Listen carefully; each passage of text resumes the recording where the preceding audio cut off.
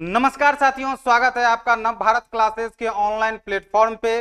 तो जैसा कि आप लोग को बैकग्राउंड में दिख रहा होगा, बिहार मद्य निषेध परीक्षा 2026। जी हाँ, नव भारत क्लासेस आप लोगों के लिए जो भी मद्य निषेध का फॉर्म भरे हैं उनके लिए लेके आया है एक शानदार सा सीरीज, जिसमें कि आपको रहेगा डेली 30 क्वेश्चन। टोटल आपका जीके जीएस का 30 क्वेश्चन रहेगा, जो कि आपका डिस्कशन लेंगे रोशन रंजन सर। और डेली आपको इसी चैनल पे आपको देखने को मिलेगा और इसी समय में। तो आप लोग डेली देखें, जुड़े हमसे नव भारत क्लासेस 2.0 से। और जो भी हमारे चैनल को सब्सक्राइब नहीं किए हैं तो चैनल को सब्सक्राइब कर लीजिए। यकीन मानिए बहुत ही धमाकेदार यह सीरीज रहने वाला है। और इसमें इस चैनल के माध्यम से आप लोगों को बिहार मद्य निषेध का, बिहार सिपाही का, बिहार दरोगा का, सभी का एग्जाम का तैयारी का लेवल का जो क्वेश्चन आपको इसमें कराया जाएगा। तो आप लोग जरूर देखें, वीडियो को लास्ट तक देखें। और आपको कैसा लगा कमेंट करना नहीं भूलेंगे। तो हम ज्यादा देरी ना करते हुए रोशन रंजन सर को बुलाते हैं और रोशन रंजन सर आपसे जुड़ेंगे और 30 क्वेश्चन आपका जीके जीएस का आज डिस्कशन करेंगे। बहुत बहुत धन्यवाद। चलिए सभी को good evening, good evening, good evening. Online एवं ऑफलाइन जितने भी स्टूडेंट हैं सभी को हमारी तरफ से गुड इवनिंग। चलिए आज हम लोग डिस्कशन की ओर बढ़ते हैं और जो हम क्वेश्चन लाए हैं प्रीवियस ईयर हिसाब से क्वेश्चन लाए हैं कि डायरेक्ट आपके एग्जाम में हिट करेगी। जितने भी सारी क्वेश्चन है आपके डायरेक्ट एग्जाम में हिट करेगी। चलिए नव भारत क्लासेज में आप सभी का तहे दिल से एक बार फिर से मेरे तरफ से स्वागत है। आइए डिस्कशन की ओर हम लोग बढ़ते हैं। पहला क्वेश्चन देखिए, ध्यान से पढ़िए क्वेश्चन को और आंसर टिक लगाइए। कह रहा कि भगवान बुद्ध के महापरिनिर्वाण के बाद पहली बौद्ध संगीत की कहां हुआ था। क्वेश्चन ठीक से पढ़िए और इसका आंसर दीजिए। तेजी से कमेंट कीजिए। आप लोग से उम्मीद करेंगे कि तेजी से कमेंट करते चलिए और फिर हम अगले क्वेश्चन की ओर बढ़ेंगे। ठीक है, तेजी से कीजिए। अगर किन्हीं को डाउट है तो वो भी कमेंट कर सकते हैं, या कुछ क्वेश्चन आपके मन में चल रही होगी पहले से या कहीं से डाउट होगी, वो भी क्वेश्चन आप यहाँ पे कमेंट बॉक्स में पूछ सकते हैं। हम सबका जवाब देने के लिए बने हुए हैं। ठीक है, चलिए। महावीर स्वामी भगवान बुद्ध के महापरिनिर्वाण पहली बौद्ध संगीत की कहाँ पे हुई थी। ठीक है, सबसे पहले ये जानिए कि महापरिनिर्वाण का मतलब क्या होता है। महापरिनिर्वाण का मतलब बौद्ध धर्म में क्या होता है, मृत्यु की घटना। क्या होती है, मृत्यु की घटना, मृत्यु की घटना। ठीक है, पहली बौद्ध संगीत की। सबसे पहले आप ये जानिए कि कुल कितने बौद्ध सम्मेलन इसमें कराया गया था। कुल कितने बौद्ध सम्मेलन कराया गया था। कुल 4 बौद्ध सम्मेलन कराया गया था। कुल 4 बौद्ध सम्मेलन कराया गया था। बौद्ध सम्मेलन कराया गया था।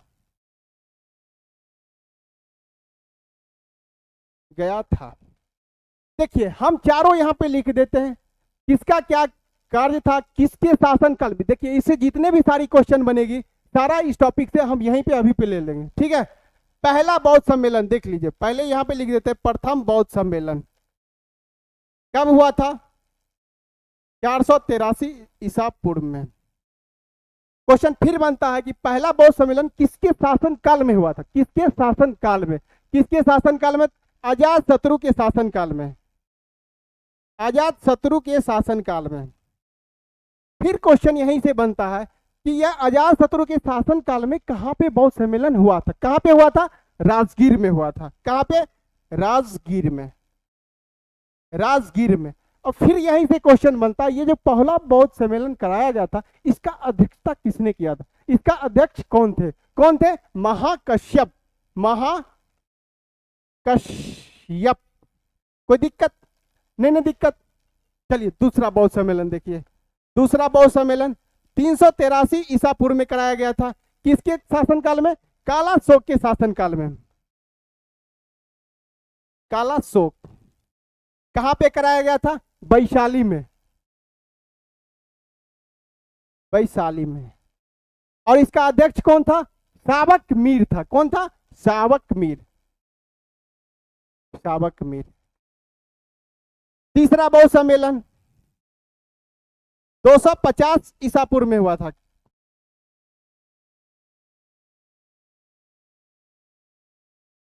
दो 250 ईसा पूर्व में हुआ। किसके शासनकाल में? अशोक के शासनकाल में। अशोक के शासनकाल में। कहां पे हुआ? पाटलिपुत्र में। पाटलिपुत्र में। और इसका अध्यक्षता किसने किया था? मोगली पुत्र तिस्कर्णी। अध्यक्ष मोगली पुत्र तिस। कोई दिक्कत? और चौथा और अंतिम बौद्ध सम्मेलन, चौथा बौद्ध सम्मेलन प्रथम शताब्दी में हुआ था। प्रथम शताब्दी में। प्रथम शताब्दी में कहां पे कराया गया था? कनिष्क कुंडलवन में। कहां पे? कश्मीर के कुंडलवन में, कनिष्क के शासनकाल में। कनिष्क के शासनकाल में। कहां पे? कश्मीर में।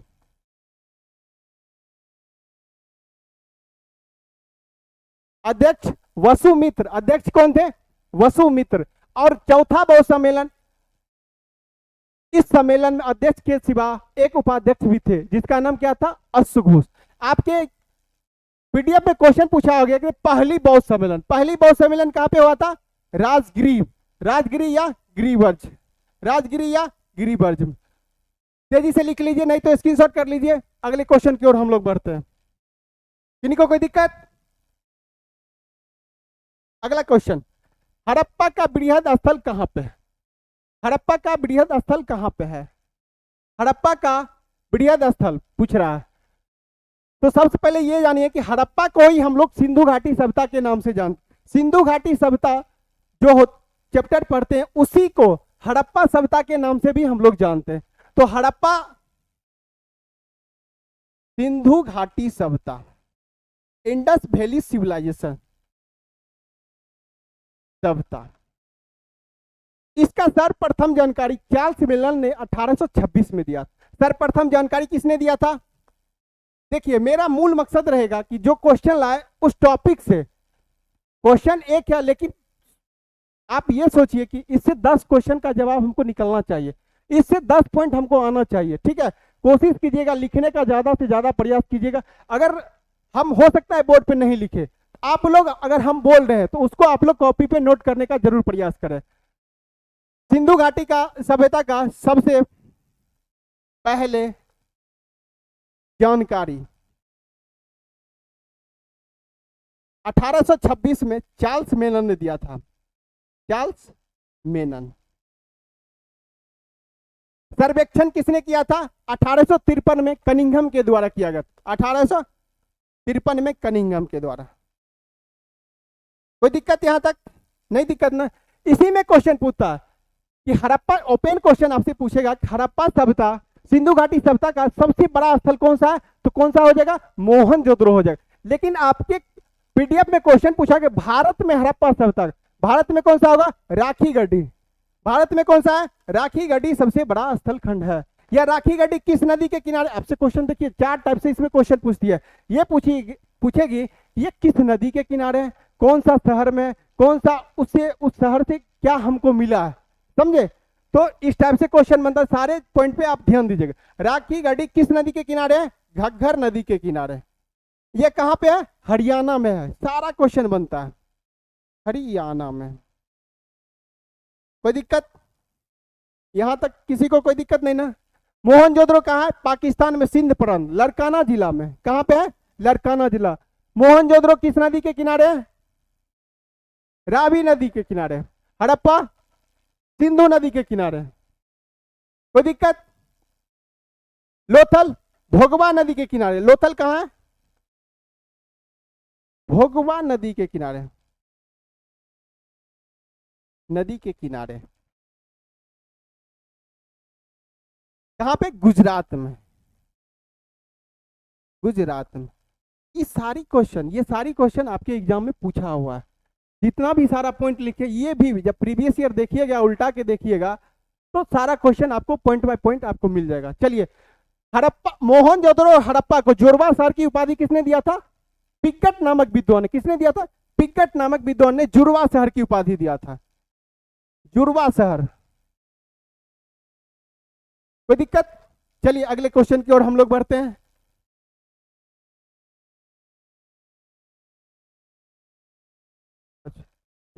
ओके, चलिए क्वेश्चन नंबर 3 को देखिए, ध्यान से पढ़िए और इसका आंसर आप लोग प्यार से जवाब दीजिए, तेजी से कमेंट कीजिए। तो सबसे पहले क्वेश्चन कह रहा है कि विक्रमशिला विश्वविद्यालय की स्थापना किसने किया था? विक्रमशिला विश्वविद्यालय की स्थापना किसके द्वारा किया गया था या किसने किया था? ठीक है, इसका आंसर क्या होगा? धर्मपाल ने। किसके द्वारा किया गया था? धर्मपाल। या विक्रमशिला विश्वविद्यालय कहां पे है? भागलपुर में है, भागलपुर में है। किन्हीं को कोई दिक्कत? फिर एक पूछ रहा है कुमारगुप्त प्रथम या कौन सा विश्वविद्यालय का स्थापना किया था? नालंदा विश्वविद्यालय का स्थापना। कुमारगुप्त प्रथम किस, फिर ये भी पूछता है आपके एग्जाम में क्वेश्चन कि नालंदा विश्वविद्यालय का स्थापना किस वंश का शासक ने किया था? कौन सा शासक था? समझे? तो गुप्त वंश का शासक था कुमारगुप्त प्रथम ने। नालंदा विश्वविद्यालय का स्थापना, नालंदा। गोपाल क्या किया था? ओदंतीपुरी। नालंदा कहां पे है? नालंदा विश्वविद्यालय नालंदा में ही है। ओदंतीपुरी, ओदंतीपुरी विश्वविद्यालय, विश्वविद्यालय। इन्हीं को कोई दिक्कत? किसने किया था? गोपाल ने किया। ये भी पाल वंश का शासक था। कौन सा वंश का शासक था? पाल वंश का शासक था। ये भी आपके एग्जाम में क्वेश्चन पूछता है कि ओदंतीपुरी जो विश्वविद्यालय का स्थापना किया था किस वंश का शासक था? तो पाल वंश का शासक।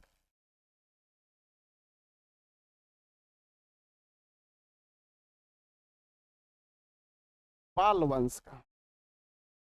कोई दिक्कत? राजा तक्षशिला विश्वविद्यालय जो कि तक्षशिला अभी वर्तमान में कहां है? पाकिस्तान में। कोई दिक्कत? चलिए आंसर लगा दिए, धर्मपाल। अगले क्वेश्चन की ओर हम लोग बढ़ते हैं। क्वेश्चन नंबर 4 को ध्यान से पढ़िए, तेजी से आप लोग जवाब दीजिए इसका। राजा राम मोहन राय के बारे में निम्नलिखित में से कौन सा कथन सही है? कौन सा कथन सही नहीं है? कीवर्ड को, क्वेश्चन को, कीवर्ड को ध्यान से पढ़िए। क्वेश्चन को आप लोग ध्यान से पढ़िए। क्वेश्चन कह रहा है कि राजा राम मोहन राय के बारे में निम्नलिखित में से कौन सा कथन सही नहीं है? पहला ऑप्शन देखिए कि इन्होंने ब्राह्म समाज की स्थापना 1828 ईस्वी में किया था। एकदम सही है। कब किए थे? 1828 में किए थे। आवाज हुआ सब क्लियर जा रहा है आप लोगों को? तेजी से कमेंट कीजिए। आवाज में किसी प्रकार का कोई दिक्कत नहीं ना? चलिए ऑप्शन नंबर बी को पढ़िए कि सुभाष चंद्र बोस के द्वारा यज्ञदूत की उपाधि दिया गया था। ये भी राइट है, ये भी क्या सही है। सुभाष चंद्र बोस के द्वारा यज्ञदूत की उपाधि दिया गया था। ऑप्शन नंबर 3 को पढ़िए, 1817 में इन्होंने आत्मीय समाज की स्थापना किया था। क्या सही है? 1817 में नहीं, यह 1800, यही गलत है। इसका मतलब यही मेरा आंसर हो जाएगा। इसमें से कह रहा था कि कौन सा सही नहीं है। यह 1817 नहीं, यह 1814 में किए थे। और कहां पे किए थे? कलकत्ता में किए थे। कहां पे किए थे? कलकत्ता में किए थे। चलिए और अगला देखिए, ऑप्शन नंबर 3 को पढ़िए कि इनकी बंगला पत्रिका जिनका नाम क्या था? संवाद कौमुदनी। सबसे प्रचलित इनका पत्रिका कौन सा था? संवाद कौमुदनी। किस भाषा में था? बंगला में। ये भी क्वेश्चन पूछता है। चलिए ठीक है, बड़े अगले क्वेश्चन की ओर। किन्हीं को कोई दिक्कत? नहीं दिक्कत। चलिए अगले क्वेश्चन की ओर हम लोग बढ़ते हैं। सूची 1 को सूची 2 से सम्मिलित कीजिए। क्वेश्चन नंबर 5 को ध्यान से पढ़िए। सूची 1 को सूची 2 से सम्मिलित कीजिए। सूची 1 को सूची 2 से सम्मिलित कीजिए। बैठक देखिए sir.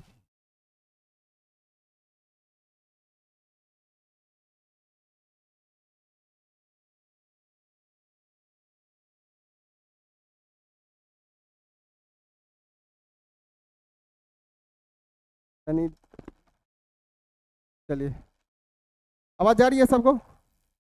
Hello hello hello. Battery थोड़ा सा डिस्चार्ज लग रहा है। चलिए क्वेश्चन नंबर 5 को ध्यान से पढ़िए और आंसर प्यार से लगाइए। चलिए आइए, सूची 1 को सूची 2 से सम्मिलित कीजिए। दिए गए कूट का प्रयोग करते हुए सही उत्तर का चयन कीजिए। सही उत्तर का चयन कीजिए। सूची 1 को पढ़िए, झांसी की रानी, झांसी रानी या झांसी का वीर जो भी है, इसको मिलाइए झांसी की झांसी से किसने नेतृत्व किया था? ये नेतृत्वकर्ता के बारे में करा, सूची 2 में नेतृत्वकर्ता, ये नेतृत्व और नेतृत्व का जगह। झांसी की रानी से मिलाइए, कलर दूसरा ले लेते हैं, येलो कलर लेके चेक करते हैं। लखनऊ से कौन किया था? बेगम हजरत। बिहार से कुंवर सिंह। ऑप्शन में देखिए कौन सा है, कूट को ध्यान से देखिए तो कौन सा मिलान मैच कर रहा है? 1 का 4, 1 का 4 कौन कौन सा है? या 1 है और बी भी है, 1 का 4। और देखिए डी का ए कौन सा है? डी का ए, डी का ए इसमें है। आंसर मेरा बी सही होगा, आंसर मेरा बी सही होगा। किन्हीं को कोई दिक्कत यहां तक? नहीं ना? फिर आपसे इसी पॉइंट यहीं से एक और क्वेश्चन बनता है कि 1857 के क्रांति के समय मुगल बादशाह कौन हुआ करता था। यहीं से आपके एग्जाम में और क्वेश्चन पूछा जाता है कि 1857 के क्रांति के समय मुगल बादशाह कौन हुआ करता था? कौन हुआ करता था? बहादुर शाह द्वितीय। कौन हुआ करता था? बहादुर शाह द्वितीय। इस समय वायसराय कौन हुआ करता था? 1857 के क्रांति के समय वायसराय कौन हुआ करता था? 1857 की क्रांति वायसराय कैनिंग हुआ करता था। ठीक है, 2-3 बात आसपास याद रखिएगा। फिर इसी से क्वेश्चन बनता है 1857 क्रांति का प्रतीक चिन्ह क्या था? प्रतीक चिन्ह क्या था? कमल और चपाती, चपाती कहिए या रोटी कहिए, ये क्या था? उसका प्रतीक चिन्ह था। कोई दिक्कत किन्हीं को? जो पॉइंट नहीं लिखे हम बोल दिए, आशा और उम्मीद करते हैं कि आप लोग लिखिएगा, उसको वही लिखिएगा तो आपको फायदा करेगा, आपको वही फायदा कर। हम तो ये क्वेश्चन इसलिए ऐसा सेट करते ताकि इस पे ला के और हम डिस्कस पूरा अच्छे से करें, उस टॉपिक को ले ले जो आपके एग्जाम में पूरा हिट करता है, पूरा हिट करता है। कोई दिक्कत? चलिए अगले क्वेश्चन की ओर। अगला क्वेश्चन कह रहा है कि कांग्रेस के प्रथम भारतीय अध्यक्ष कौन थे? कांग्रेस के प्रथम भारतीय महिला अध्यक्ष कौन थे? भारतीय महिला अध्यक्ष कौन? तो उससे पहले यह जानिए कि कांग्रेस का अधिवेशन, कांग्रेस का स्थापना कब हुआ था? 1885 में। लॉर्ड डफरिन के शासनकाल में। किसके शासनकाल में? डफरिन के शासनकाल में। डफरिन के शासनकाल में। किसके शासनकाल में? डफरिन के शासनकाल में। कोई दिक्कत नहीं ना?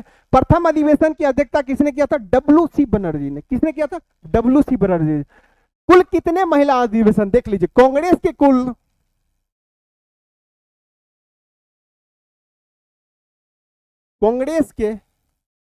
कुल 3 महिला अधिवेशन की अध्यक्षता किए थे। 3 महिला अध्यक्ष बने, कितने बने? 3 बने। कौन कौन बने उसको हम दो लोग देख लेते हैं। सबसे पहले 1917 में एनी बेसेंट बनी। एनी बेसेंट बनी थी। कब बनी थी? 1917 में। कहां पे बनी थी? अध्यक्षता किए थे कलकत्ता में किए थे। कहां पे? कलकत्ता में। इससे क्वेश्चन ये पूछता है कि पहला कांग्रेस महिला अध्यक्ष कौन बनी थी? Annie Besant. पहला पूछेगा तो एनी बेसेंट बोलिएगा, ठीक है। फिर इसी में क्वेश्चन बनता है, देखिए फिर इसमें 8 साल जोड़िएगा तो 1925 हो जाएगा। कितना होगा? 1925। 1925 में सरोजनी नायडू ने अध्यक्षता किया था। कौन किया था? अध्यक्ष कौन थे? सरोजनी नायडू। अध्यक्ष सरोजनी नायडू।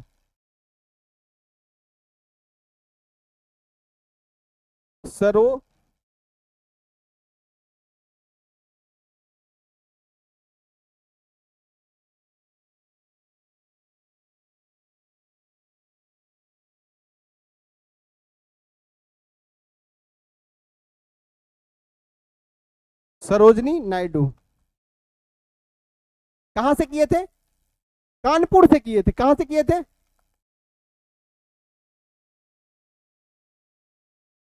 कानपुर से किए थे।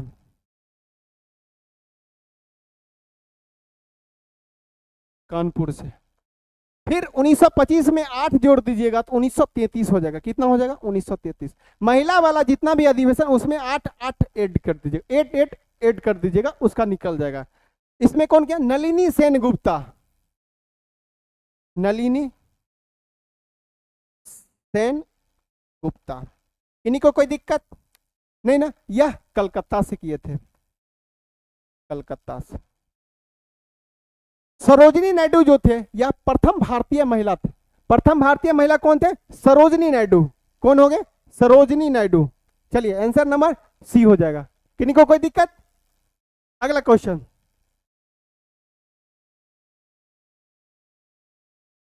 अगला क्वेश्चन, तेजी से आप लोग आंसर दीजिए सबका, तेजी से आप लोग आंसर दीजिए।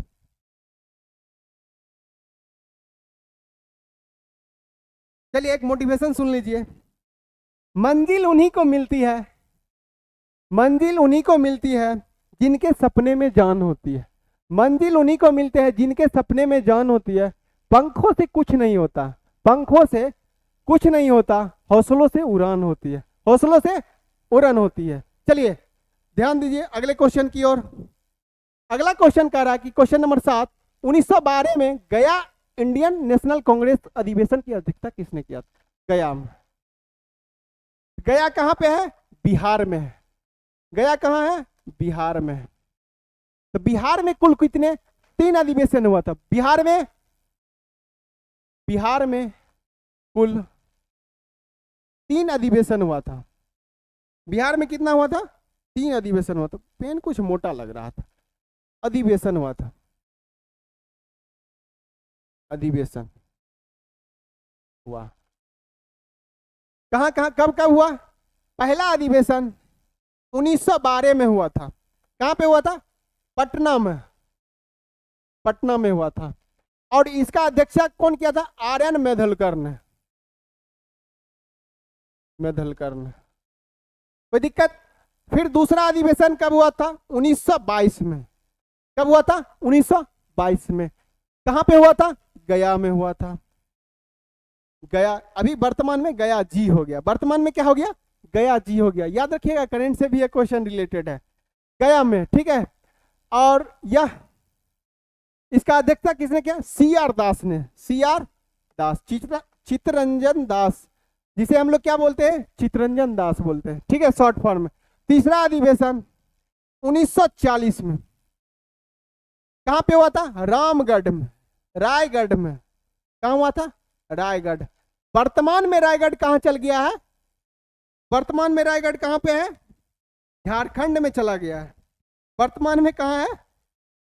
झारखंड में। मौलाना अबुल आजाद कलम,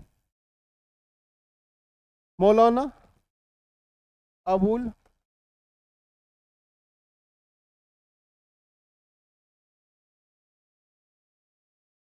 आजाद। इन्हीं को कोई दिक्कत? पूछ रहा है कि 1912 में गया में अधिवेशन, 1922 में गया में अधिवेशन किसने किया था? सी.आर. दास ने, सी.आर. दास, चित्तरंजन दास। आर.एन. मेघलकर 1912 में कहां पे किए थे? पटना में किए थे। कोई दिक्कत? गांधी जी बेलगांव में 1923। अखिल भारतीय मुस्लिम लीग की स्थापना किस वर्ष हुई थी? तेजी से, आप लोग आंसर नहीं दे रहे हैं, तेजी से जवाब दीजिए तो, तेजी से।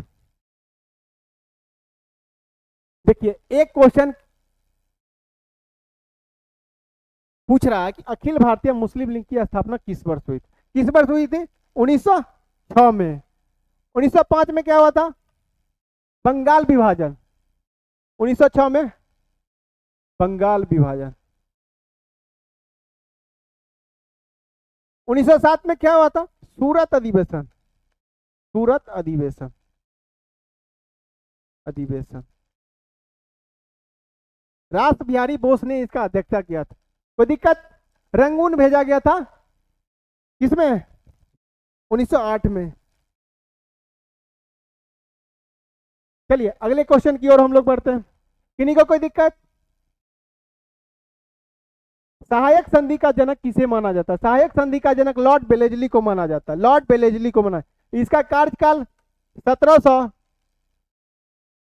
98 से 1805 तक। डलहौजी का शासनकाल 1800 सॉरी 1799 से 1799 क्या है, डलहौजी के शासनकाल 1848 से 1856।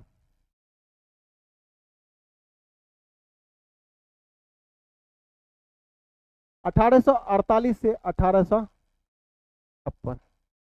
डफरीन का शासनकाल 1799 से 1900 सॉरी इसका 1799 से 1905 तक।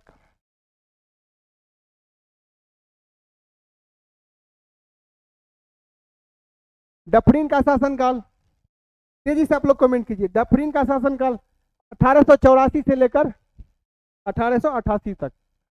तेजी से कमेंट कीजिए, डफरीन का शासनकाल क्या होगा, 1884 से लेकर 1888 तक। किन्हीं को कोई दिक्कत? चलिए इसका आंसर हो जाएगा, सहायक संधि का जनक लॉर्ड वेलेस्ली को माना जाता है। अगला क्वेश्चन, अस्थाई बंदोबस्त का जनक किसे माना जाता है? अस्थाई बंदोबस्त, देखिए अस्थाई बंदोबस्त व्यवस्था का जनक किसे माना जाता है? यहां से दो क्वेश्चन और बनता है कि महलबारी अर्थव्यवस्था का जनक किसे माना जाता है? महलबारी व्यवस्था का जनक किसे माना जाता है? और रैयतबारी, रैयतबारी से भी क्वेश्चन पूछा जाता है। रैयतबारी,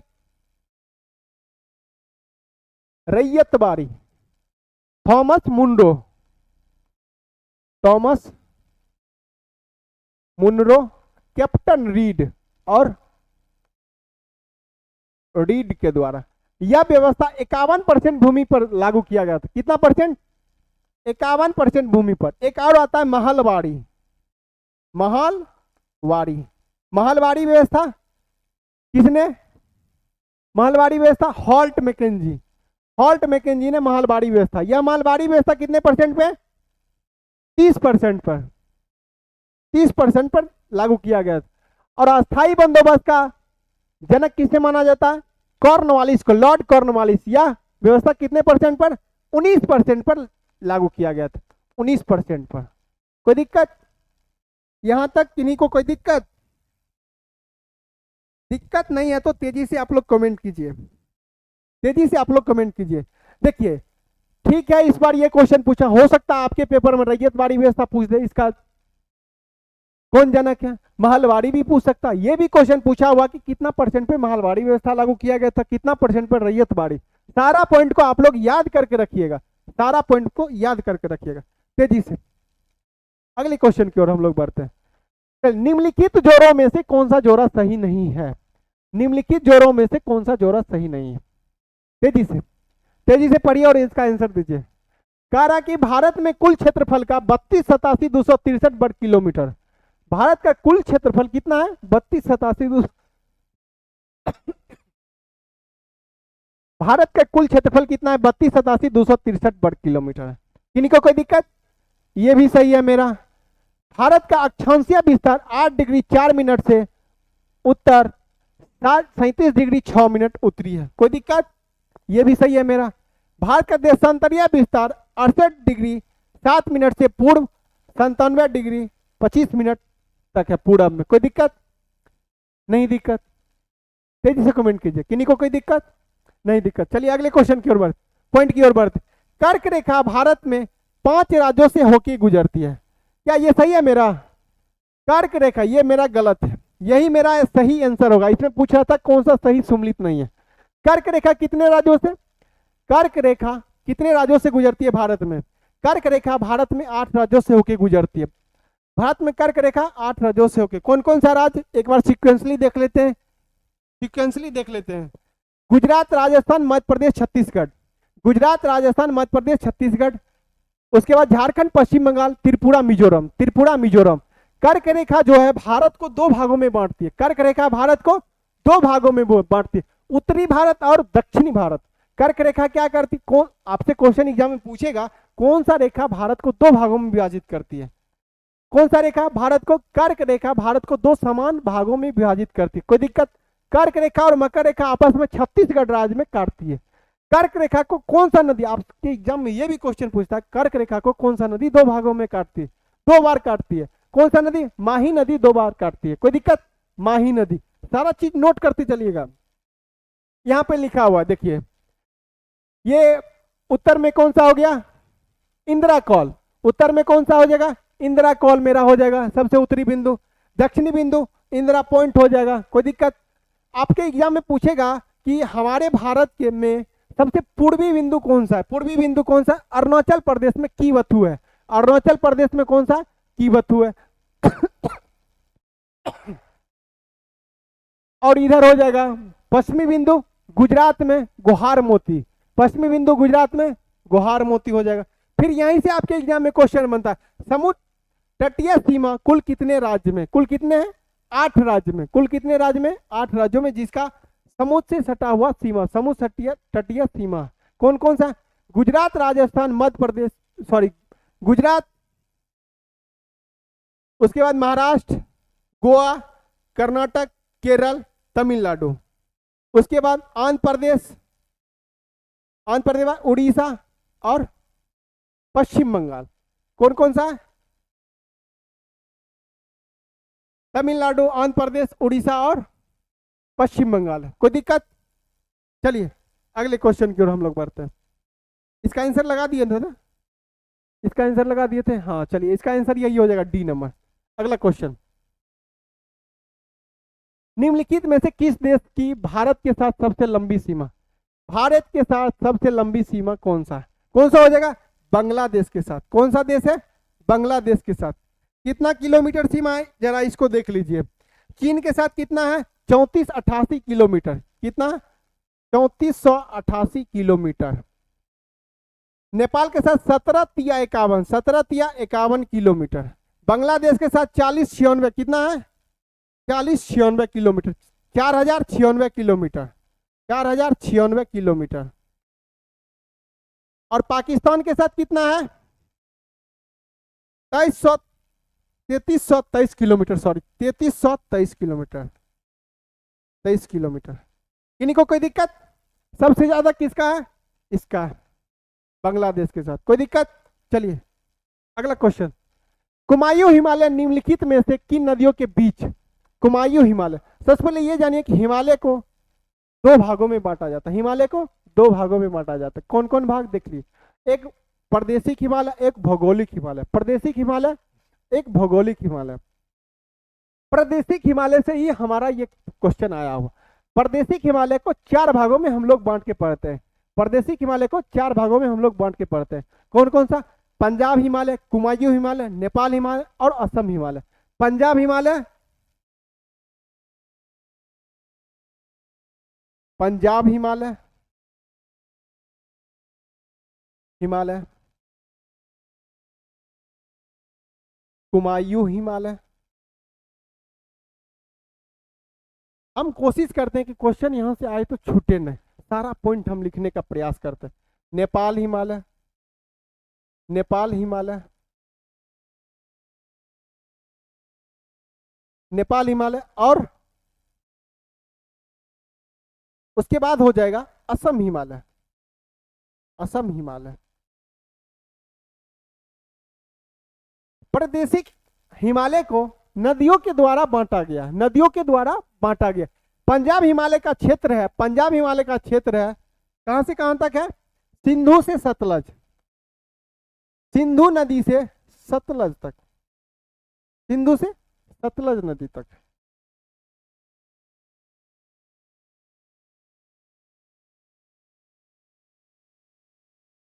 सिंधु नदी से सतलज तक, सतलज तक। फिर कुमायूं हिमालय का कहां से कहां तक है, सतलज से लेकर काली नदी तक, सतलज से काली नदी, सतलज से काली, काली से तीस्ता, काली से तीस्ता, तीस्ता नदी, और तीस्ता से, तीस्ता नदी से दिहांग नदी तक, दिहांग नदी का क्षेत्र कौन सा, असम हिमालय, कौन सा, असम हिमालय। कोई दिक्कत नहीं, ना दिक्कत। ये असम हिमालय कहाँ से, आपके एग्जाम में क्वेश्चन पूछेगा असम हिमालय का क्षेत्र कहाँ से कहाँ, तीस्ता से दिहांग नदी तक। पंजाब हिमालय सिंधु से सतलज नदी तक, पंजाब हिमालय का सिंधु से सतलज नदी तक, कोई दिक्कत। कुमायूं हिमालय सतलज से काली नदी तक, सतलज से काली नदी तक, यहां तक क्या है कुमायूं हिमालय। इसका आंसर क्या हो जाएगा, काली से तीस्ता, काली से तीस्ता कहाँ है, सॉरी सतलज से काली नदी तक, सतलज से काली नदी तक, सतलज से काली नदी तक कौन सा है, कुमायूं हिमालय। फिर इसी से क्वेश्चन पूछा पंजाब हिमालय कितना किलोमीटर तक, पंजाब हिमालय 560 किलोमीटर है, कुमायूं हिमालय कितना है 320 किलोमीटर है, नेपाल हिमालय पूछेगा सबसे बड़ा हिमालय कौन सा है, तो नेपाल हिमालय 800 किलोमीटर, कितना 800 किलोमीटर, कोई दिक्कत 800 किलोमीटर। और असम हिमालय 720 किलोमीटर, असम हिमालय कितना 720 किलोमीटर है। किन्हीं को कोई दिक्कत नहीं ना, तेजी से नोट कीजिए और आगे बढ़िए तेजी से। चलिए अगला क्वेश्चन, टाइम को देखते हुए, नर्मदा और ताप्ती नदियों के मध्य में स्थित कौन सा हिमालय, कौन सा हिमालय, सतपुड़ा श्रेणी है, कौन सा है सतपुड़ा है। अरावली की सर्वोच्च चोटी क्या है, गुरु शिखर। राजमहल की पहाड़ी,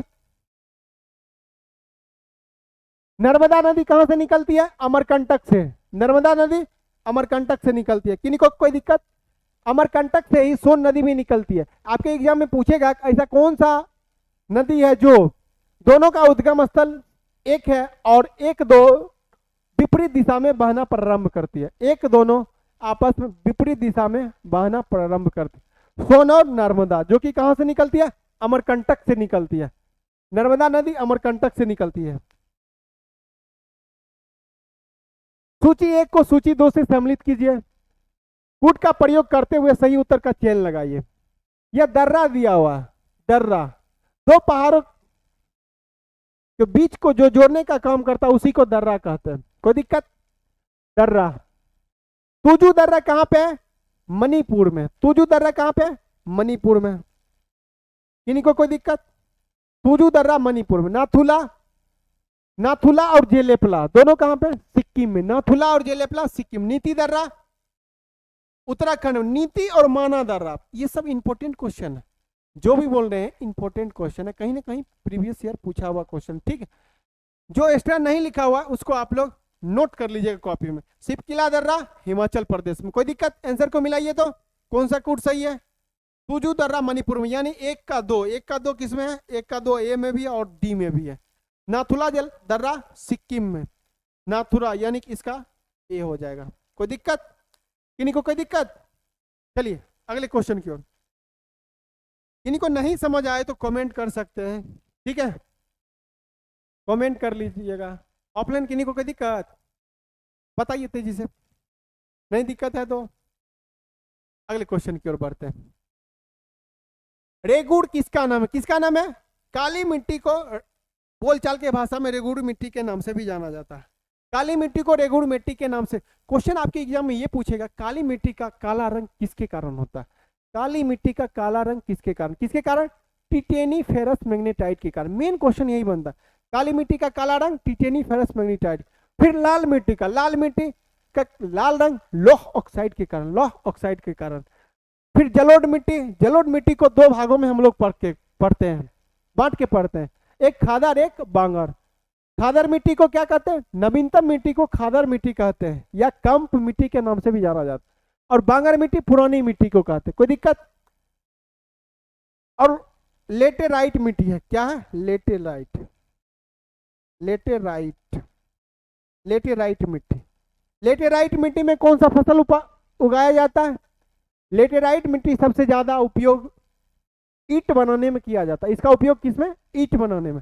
कॉफी उत्पादन में लेटेराइट मिट्टी, लाल मिट्टी। अब देखिए भारत में विस्तार के क्षेत्रफल के मतलब सबसे ज्यादा क्षेत्रफल में कौन सा फैला हुआ है उसके अनुसार हम लिखते हैं। भारत में क्षेत्रफल के अनुसार, क्षेत्रफल के विस्तार के अनुसार, विस्तार के अनुसार मिट्टी, अनुसार मिट्टी सबसे पहले एक नंबर में सबसे ज्यादा विस्तार किसका? जलोढ़ का। किसका? जलोढ़ मिट्टी का। कोई दिक्कत? 2 नंबर में किसका है? किसका? लाल मिट्टी। 2 नंबर में किसका है? लाल मिट्टी में। 2 नंबर में लाल मिट्टी। 3 नंबर में कौन सा क्षेत्रफल में सबसे ज्यादा में? 3 नंबर में काली मिट्टी। काली मिट्टी मिट्टी। 4 नंबर में लेटेराइट मिट्टी। लेटेराइट मिट्टी। भारत में कृषि उपयोग के लिए हम लोग को 4 ही मिट्टी का उपयोग करते हैं। भारत में कृषि के लिए कौन सा मिट्टी है? 4 मिट्टी का हम लोग प्रयोग करते हैं। ऐसे मिट्टी कुल कितने प्रकार के? 8 प्रकार के होते हैं। ठीक है, विशेष जानकारी लेने के लिए क्लास में जुड़िए। ऑफलाइन ऑनलाइन दोनों क्लास चलती है, नव भारत क्लासेज में जुड़िए। विशेष चैप्टर डीप में पढ़ने के लिए क्लास ज्वाइन कर लीजिए। ठीक है, चलिए अगला क्वेश्चन। उत्तर प्रदेश राज्य में कौन सा नेशनल पार्क? आपके एग्जाम में नेशनल पार्क से भी क्वेश्चन आती है। आपके एग्जाम में नेशनल पार्क से भी क्वेश्चन आती है। नेशनल पार्क से भी क्वेश्चन आती है। वाल्मीकि नेशनल पार्क किस राज्य में? बिहार में। बहुत बार एग्जाम में पूछा हुआ है, बहुत बार एग्जाम में पूछा हुआ है। जब आप क्वेश्चन लगाइएगा सेट या प्रीवियस ईयर उल्टा के देखिएगा तो बहुत बार एग्जाम में पूछा होगा। बिहार, वाल्मीकि नेशनल पार्क किस राज्य में? बिहार में। दुधवा नेशनल पार्क उत्तर प्रदेश में। Dudhwa national park Uttar Pradesh. बुक्सा या बिहार दरोगा 1275 का पूछा हुआ क्वेश्चन। 1275 का पूछा हुआ क्वेश्चन है। कहां पे? पश्चिम बंगाल में। कहां पे? पश्चिम बंगाल में। बंगाल में। कोई दिक्कत? बेतला राष्ट्रीय उद्यान कहां पे? झारखंड में। कहां पे? झारखंड में। झारखंड में। इन्हीं को कोई दिक्कत? सारा का सारा आप लोग नोट करते चलिएगा। और ये पीडीएफ जो है, पीपीटी, ये पीडीएफ आपको टेलीग्राम नव भारत क्लासेस टेलीग्राम पे आपको मिल जाएगा। बोर्ड पीडीएफ भी आपको उपलब्ध करा देंगे और ये क्वेश्चन का पीडीएफ भी हम आपको उपलब्ध करा देंगे। किन्हीं को कोई दिक्कत नहीं होगा। अगर किन्हीं को कोई दिक्कत होगा तो नंबर उसमें चल रहा होगा, इंक्वायरी बॉक्स में आप इंक्वायरी कर लीजिएगा किसी भी प्रकार का किन्हीं को कोई दिक्कत होगा तो। चलिए, हमारे मूल संविधान में कितने अनुसूची की, हमारे मूल संविधान में अनुसूची की संख्या कितनी थी? क्वेश्चन कीवर्ड को पकड़िए, क्वेश्चन के कीवर्ड को पकड़िए कि आखिर क्वेश्चन हमसे पूछ क्या रहा है, क्वेश्चन क्या पूछ रहा है, इसको आप पकड़िए। हमारे मूल संविधान में अनुसूची की संख्या कितनी थी? कितनी थी पूछ रहा है। अनुसूची की संख्या कुल कितने थी? 8 थी। 8 थी।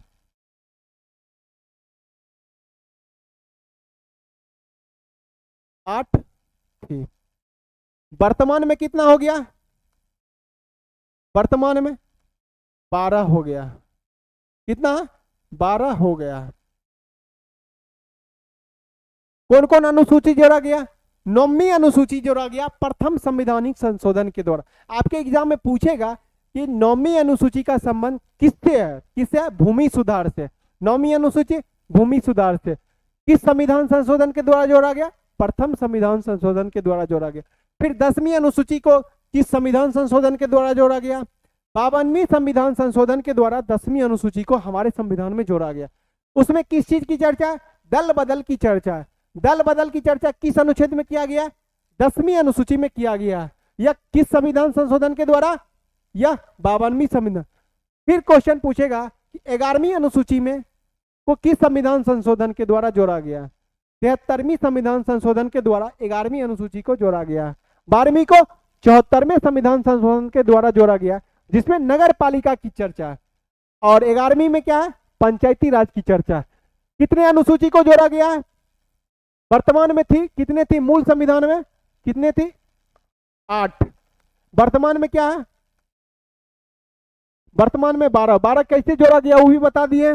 विशेष के लिए क्लास को ज्वाइन कीजिए, डिटेल पढ़ाया जाएगा आपको। चलिए, राष्ट्रपति का वेतन कितना होता है? राष्ट्रपति का वेतन ये बीएसएससी का पूछा हुआ स्नातक स्तरीय जो होता है बीएसएससी उसमें पूछा हुआ क्वेश्चन था, उसी का है। कितना होता है? 5 लाख रुपया प्रति माह होता है। 5 लाख रुपया प्रति माह होता है। कितना होता है? 5 लाख रुपया प्रति माह। और सबका आप लोग कमेंट कीजिए कि 2,80,000 किसका वेतन होता है और 2,25,000 किसका वेतन होता है। तेजी से आप लोग कमेंट कीजिए, तेजी से आप लोग कमेंट कीजिए। 4 लाख उपराष्ट्रपति का वेतन होता है। 4 लाख उपराष्ट्रपति का होता है। 2,80,000 सुप्रीम कोर्ट के मुख्य न्यायाधीश का, मुख्य न्यायाधीश का, सुप्रीम कोर्ट के मुख्य न्यायाधीश का वेतन होता है। 2,25,000 किसका होता है? हाई कोर्ट के अन्य न्यायाधीश का वेतन, अन्य न्यायाधीश का वेतन।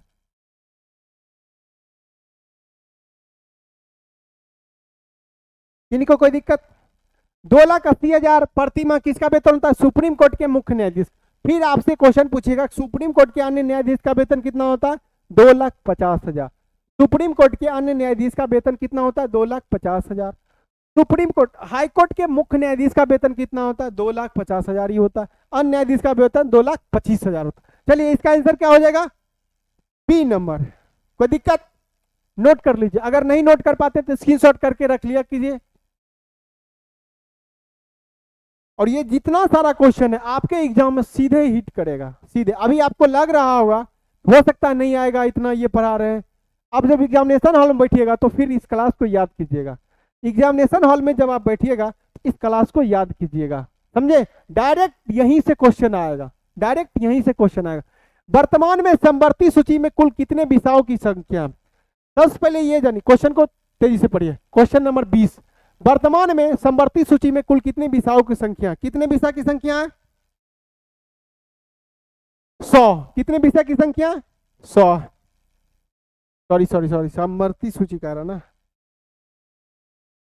समवर्ती सूची में विषय की संख्या कितनी है?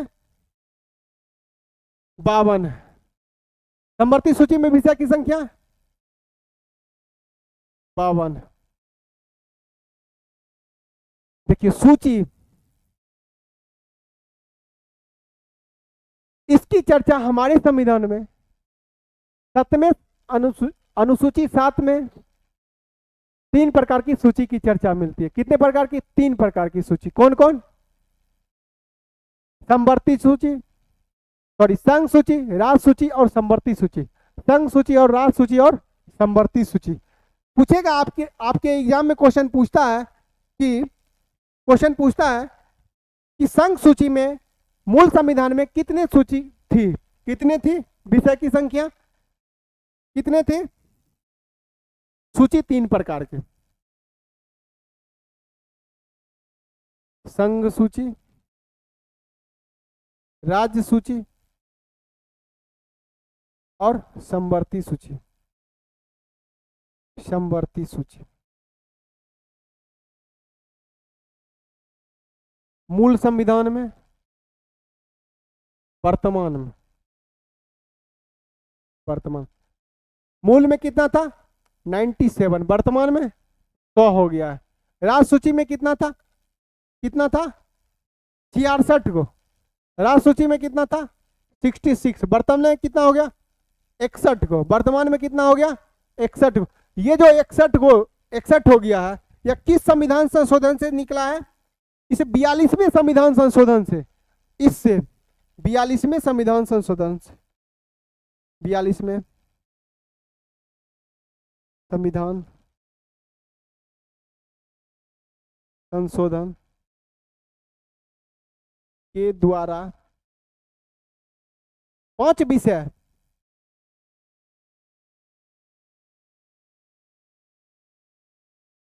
निकालकर समवर्ती में डाल दिया गया। समवर्ती में डाला गया। कौन कौन? वो भी पूछता है। इसमें कितना था? 47 था और वर्तमान में कितना हो गया? 52 हो गया। 52 हो गया।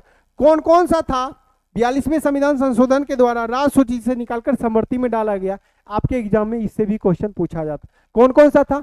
जनसंख्या था, मापतौल था, वन्य जीव अभ्यारण्य था, और क्या क्या था? न्याय प्रशासन और शिक्षा। 5 कौन कौन सा था जो राज्य सूची से निकाल समवर्ती में डाला गया? शिक्षा था, जनसंख्या था, मापतौल था, वन्य जीव अभ्यारण्य था और न्याय प्रशासन था। कोई दिक्कत? किन्हीं को कोई दिक्कत यहां तक? चलिए अगले क्वेश्चन की ओर हम लोग बढ़ते हैं।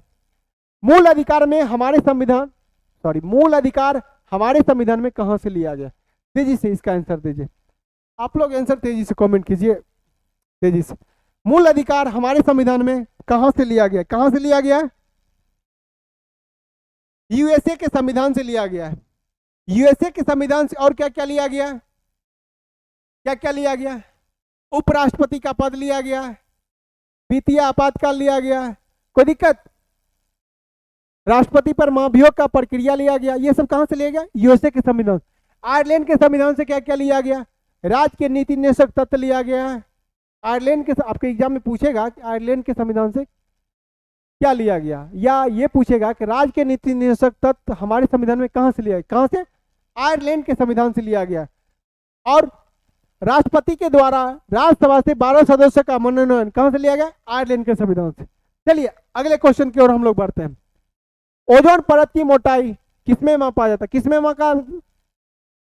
ओजोन परत की मोटाई किसमें मापा जाता है? किसमें? डॉप्सन इकाई में। किसमें? डॉप्सन इकाई में। डेसिमल में ध्वनि की, ध्वनि का इकाई डेसिमल किसकी इकाई है? ध्वनि की है। अगला क्वेश्चन, एम्पियर, जूल। सूची 23 नंबर क्वेश्चन को ध्यान से पढ़िए। सूची 1 को सूची 2 से सम्मिलित कीजिए। सूची नीचे दिए गए कूट का प्रयोग करते हुए उत्तर का चयन कीजिए। सूची 1 में जूल का एसआई मात्रक, जूल किसका एसआई मात्रक होता है? एम्पियर का एसआई मात्रक क्या है? वोल्ट का एसआई मात्रक, कैलोरी किसका होता है? मिलान कीजिए।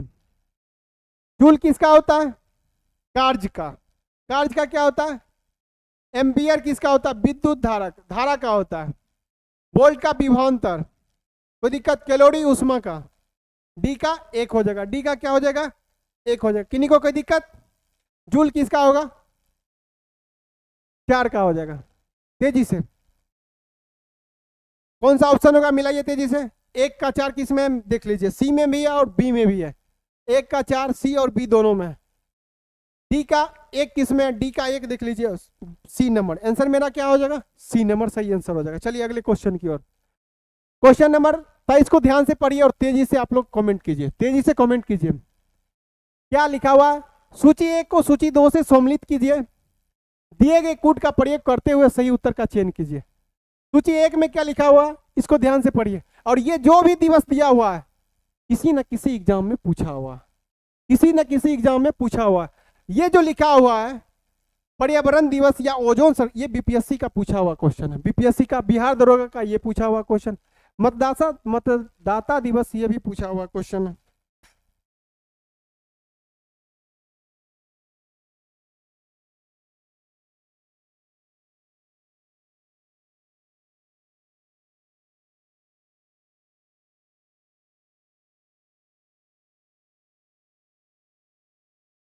आवाज जा रही क्लियर ना? चलिए मिलाइए तेजी से। पर्यावरण दिवस 5 जून को मनाया जाता है। राष्ट्रीय मतदाता दिवस 25 जनवरी को मनाया जाता है। ओजोन संरक्षण दिवस 16 सितंबर को। ये क्वेश्चन बीपीएससी पूछा हुआ क्वेश्चन। संविधान दिवस 26 नवंबर को मनाया जाता है। जितना भी सारा दिवस ये कहीं ना कहीं पूछा हुआ क्वेश्चन, इसीलिए इस चीज को ध्यान में रखिएगा। चलिए मिलाइए, मिलान कीजिए। कौन सा? 1 का कौन सा हो जाएगा? 1 का 2। 1 का 2 कौन सा ऑप्शन में? देख लीजिए, बी और डी दोनों में आ रहा है। फिर अगले बी में देखिए राष्ट्रीय मतदाता दिवस 4 में, तो दोनों में 4 भी आ रहा है। ओजोन संरक्षण दिवस कहाँ पे? ए नंबर 1 में। देख लीजिए 3 का 1 कौन सा? 3 का 1 बी है। बी नंबर मेरा सही आंसर है। कोई दिक्कत? नहीं दिक्कत। चलिए आइए अगली क्वेश्चन की ओर। टमाटर में कौन सा अम्ल होता है? सम्मिलित कीजिए। इससे क्वेश्चन हमारे एग्जाम में बहुत सारा आता है। इससे क्वेश्चन हमारे संविधान एग्जाम में बहुत सारा आता है। आशा और उम्मीद करते हैं किन्हीं को कोई दिक्कत नहीं होता होगा, किन्हीं को किसी प्रकार का दिक्कत नहीं होता होगा। टमाटर में कौन सा सुम्लित नहीं है? ये आपसे क्वेश्चन पूछ रहा है कौन सा सुम्लित नहीं है। अम्ल से क्वेश्चन आता है, एसिड बेस से आपके एग्जाम में क्वेश्चन आता है। टमाटर में ऑक्जेलिक अम्ल एकदम राइट क्वेश्चन सही है मेरा। इमली में टॉटेरिक अम्ल, इमली और खट्टा आम में, कच्चा आम में, कच्चा आम, अंगूर में कौन सा है? टॉटेरिक अम्ल। अमाशय में हाइड्रोक्लोरिक अम्ल सही है। सिरका में लैक्टिक अम्ल नहीं होता, सिरका में कौन सा अम्ल होता है? एसिटिक अम्ल सिरका में होता है, सिरका में एसिटिक अम्ल होता है, एसिटिक अम्ल, एसिटिक अम्ल सिरका में होता है। लैक्टिक अम्ल किस में होता है? दूध दही में होता है। लैक्टिक अम्ल किस में होता है? दूध दही में होता है। आपके एग्जाम में क्वेश्चन पूछेगा कि मांसपेशी के थकावट में कौन सा अम्ल पाया जाता है? कौन सा अम्ल के कारण मांसपेशी में थकावट होती है? लैक्टिक अम्ल के कारण ही मांसपेशी में। मक्खन में कौन सा अम्ल? ब्यूटेरिक अम्ल होता है, मक्खन में ब्यूटेरिक अम्ल। ऑक्जेलिक अम्ल साग सब्जी में। किसी प्रकार कोई दिक्कत नहीं ना? जो नहीं लिख पाते हैं उसको आप लोग कॉपी में नोट कीजिएगा। हम जो बोर्ड पे नहीं लिखते हैं उसको आप लोग कॉपी में नोट कीजिएगा। सोडियम क्लोराइड का रासायनिक सूत्र क्या है? सोडियम क्लोराइड का रासायनिक सूत्र क्या है? NaCl, साधारण नमक कहते हैं, साधारण नमक। ये चूना पत्थर, चूना पत्थर, कोई दिक्कत? नाइट्रस ऑक्साइड, ये क्या है? लाफिंग गैस के नाम से भी जाना जाता है। नाइट्रस ऑक्साइड लाफिंग गैस के नाम से भी जाना जाता है। ये कोई दिक्कत नहीं ना? धोवन सोडा, ये क्या है? धोवन सोडा, धोवन सोडा। जितना सारा हम लिखे कहीं ना कहीं पूछा हुआ। चलिए अगले क्वेश्चन की ओर। द्रव अवस्था से गुजरे बिना गैसीय अवस्था में सीधे परिवर्तन क्या कहलाता है? क्या कहलाता है? द्रव अवस्था से गुजरे बिना, ये कह रहा है कि द्रव अवस्था से बिना गुजरे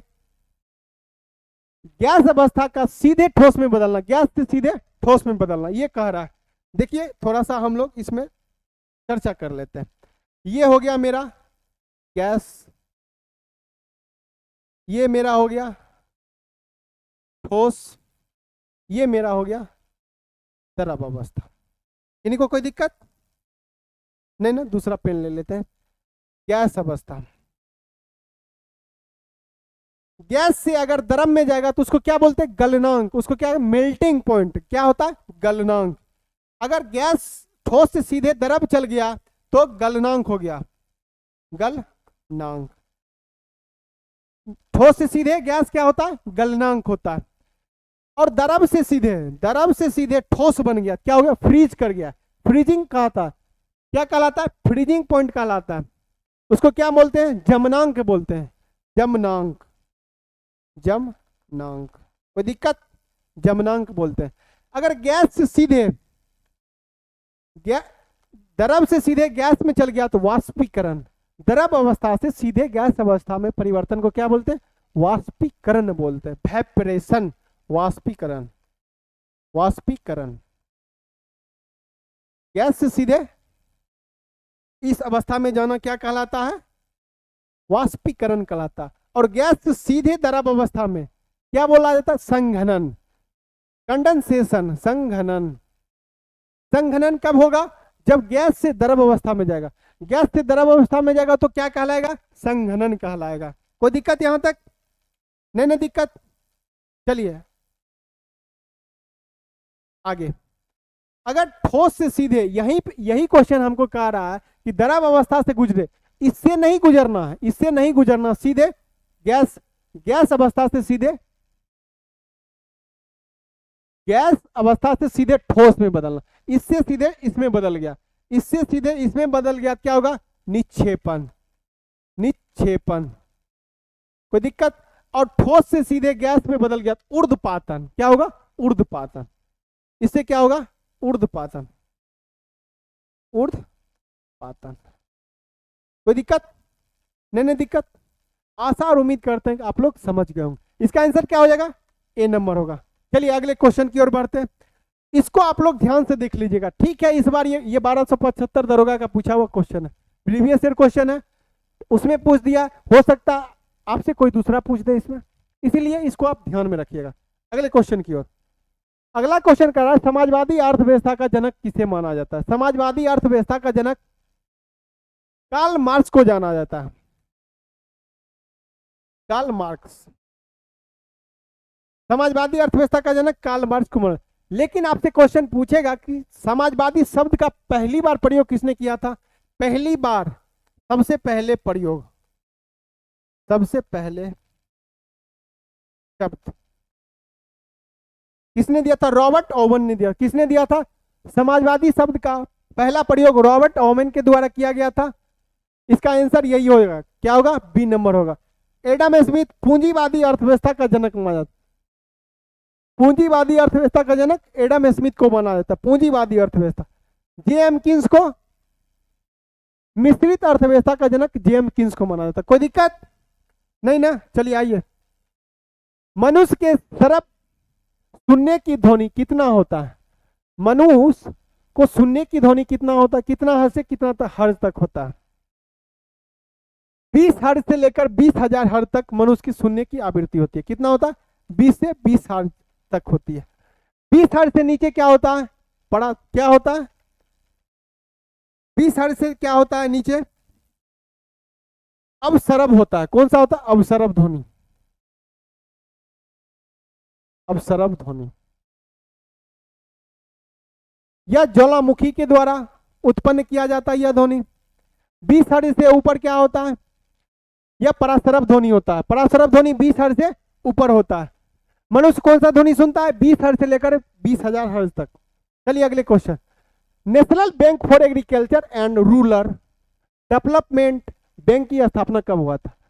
क्वेश्चन को ध्यान से पढ़िए, 30 नंबर और आखिरी क्वेश्चन। तेजी से आप लोग इसका जवाब दीजिए। National bank for agriculture and rural development bank की स्थापना कब हुआ था? इसका मतलब है कि नाबार्ड बैंक की स्थापना, इसका शॉर्ट नेम क्या होता है? नाबार्ड। नाबार्ड बैंक की स्थापना कब हुआ था? 12 जुलाई 1982 को नाबार्ड बैंक की स्थापना 1982। ये आपका आखिरी क्वेश्चन था। आशा और उम्मीद करते हैं कि आप लोग अच्छे से बने रहे होंगे और अच्छे से कॉपी पे नोट करते गए होंगे। रिवीजन करते रहिएगा इस क्लास को, और फिर हम अगले डे, ये क्लास डेली चलेगा, ये क्लास डेली चलेगा। फिर मिलते हैं अगले क्वेश्चन के साथ। आज का सेवा यहीं समाप्त करते हैं हम लोग। जय हिंद।